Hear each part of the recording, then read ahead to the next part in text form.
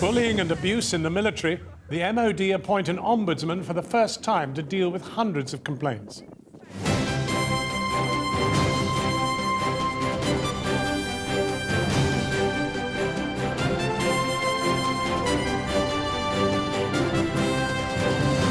As the lads would get more drunk at night, they'd be knocking on the door all the time. I'd lock myself in and they'd be saying, please, just let me in, I just want to come in. Good evening. It's reported that up to 90% of bullying in the military never gets disclosed for fear of consequences. More than 600 complaints of bullying and abuse do remain unresolved long after the 6-month deadline for doing so has expired. Tonight, as the first ever military ombudsman takes up her post, we look at what confronts her. Nicola Williams, who in taking up that post assumes the notional rank of a 3-star general, promises to robustly combat the military's culture of silence. Also tonight, the family of the schoolgirl Jeanette Tate say they've been denied justice after the paedophile and child killer Robert Black died in jail before being convicted of her murder. Tonight, the parents of one of his proven victims tells us how they feel about his death. Iran captures, then releases a boatload of American sailors who strayed into their waters, a sign of continued Iranian spring, as Obama, in his last State of the Union address, claims America is still the most powerful country in the world. And from comedy to comic opera, Chris Addison on singing, satire and what to do when the politicians are beyond parody. I've never met an American who says, this seems like a good election, this seems like a great democratic process. Suddenly, actually, Dr. Strangelove is kind of coming true at that point.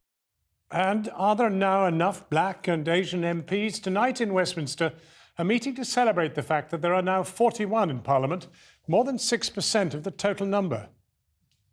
It's not just the bullying, it is the sexual harassment, relentless, unacceptable, rife throughout the armed forces. Nicola Williams, who's just become the new military ombudsman, says she's determined to root out this kind of behaviour and she's promising to deal with the backlog of hundreds of serious complaints. In a moment, we'll be hearing from her. But first, our chief correspondent, Alex Thompson, has been talking to Rebecca Crookshank, who left the RAF after enduring shocking treatment for years, treatment she captured on film.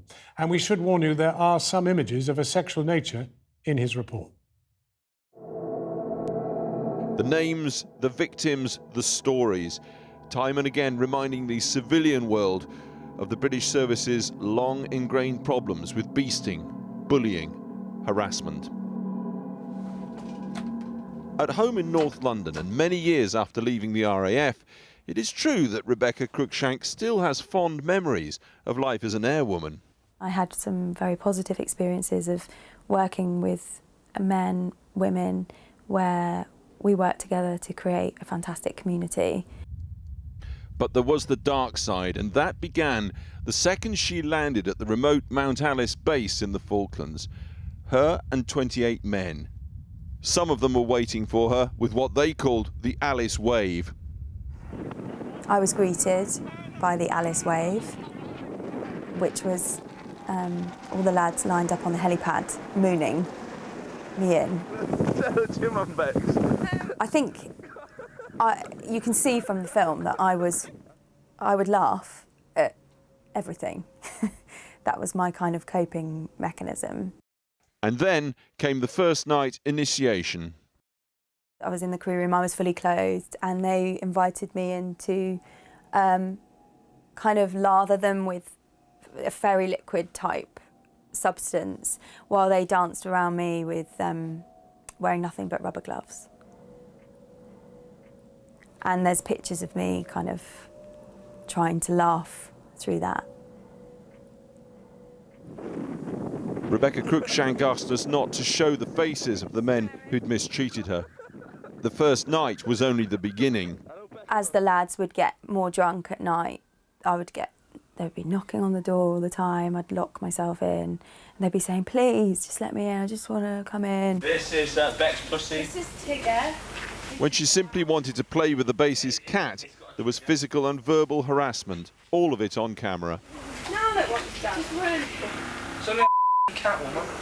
Pussy. No, he's a pussy. Can you just be nice? She pleads at one point. She made an official complaint. An investigating officer was flown in. He asked to have a meeting with me in my bedroom, just him and I.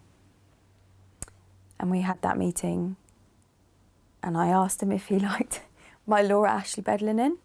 And, you know, he was in my personal space. I thought it was very odd that we weren't having this meeting in the crew room. And I made a complaint, and it was very much like, do you realise what will happen if you take this further?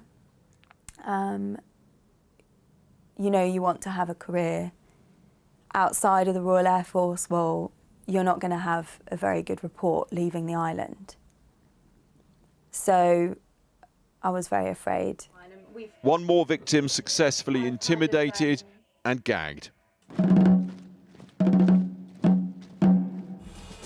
You do not bring lads back into this block. Rebecca Crookshank now plays 9 characters in her one-woman play about the military, including the culture of bullying. It's nice and smooth, so you can get good, accurate rounds into... Halt! Crookshank, do you want me to wipe that smile off your face? I think we have to speak out, and I think we have to be brave together, men and women, because I know that there are things that happen to men as well that are under the radar, so to speak. Year in, year out, the British forces say they take bullying seriously. The complaint system has been overhauled, they claim, and there's a new ombudsman to oversee it. Yet the cases keep on coming.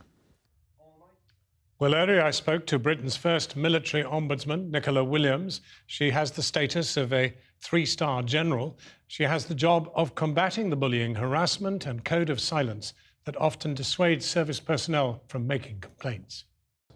You're being appointed as effectively a 3-star general. Yes. As the first ever military ombudsman. Yes. Has there been a revolution I haven't noticed? Well, certainly this is an idea whose time has come. The services themselves had recognised that despite the very good work that was done by my predecessor in her role as a Service Complaints Commissioner, and I had a year as a Service Complaints Commissioner before I became the Ombudsman, there was a need for a greater change in the way that service complaints were dealt with. Now, I mean, you know, because you've been preparing for this job, the scale of what confronts you. And, yes. I mean, for example, there are over 600 cases that have gone beyond the 24-week period that is supposed to be that in which it's resolved. I mean, you've got a lot of work on your hands. Yes, we do, but we're more, when I say me, I and my staff, we're more than up for the challenge for that. But that suggests that you've got resource, and much more resource than has ever existed before in terms of investigating what's happened. Absolutely, and I do. I'm happy to say that the office, definitely we are resourced to do the work that we are mandated to do. We in particular have, with regards to investigators, and that is a sea change, I have my own team of investigators who are all highly trained and professionally qualified. Now, I said you've had a career as a lawyer, and you've sat as a judge in this country. You've also been an ombudsperson in the Cayman Islands, yes. and also been on the Independent Police Complaints Commission. But do you know what it's like to be bullied? Personally, do I know what it's like to be bullied? I was bullied when I was at school a very long time ago, so I do know what that is like. And I know that if you are bullied, what you want is for someone to A, listen to you, and B, to actually take your complaint seriously. And I can certainly say to, but not only existing servicemen and women, that if they are bullied, that once they exhaust the internal process and they come to us, we will take their complaints seriously, as will the services. But also, I'm sure that within your audience, there are men and women who probably have children who want to join the services. They may have concerns about if my son or daughter joins, will they be bullied? And I would like to reassure them that should that happen, that we will deal with that very firmly. I do feel very passionate about this work. It is challenging, but I think challenge is a good thing. I personally thrive off challenge, and I am very confident that we can make a real difference. Will the armed forces thrive off challenge? Because you'll have to challenge them. Not only will I have to, I absolutely will. And you can rest assured that should the time come when there is a total divergence of opinion, that I will challenge them robustly. And as I've already said, there are instances when, if necessary, and if I feel it's appropriate, I can actually overturn decisions made by the Defence Council, and I would be prepared to do so. Nicola Williams, thank you very much for talking to us. Thank you.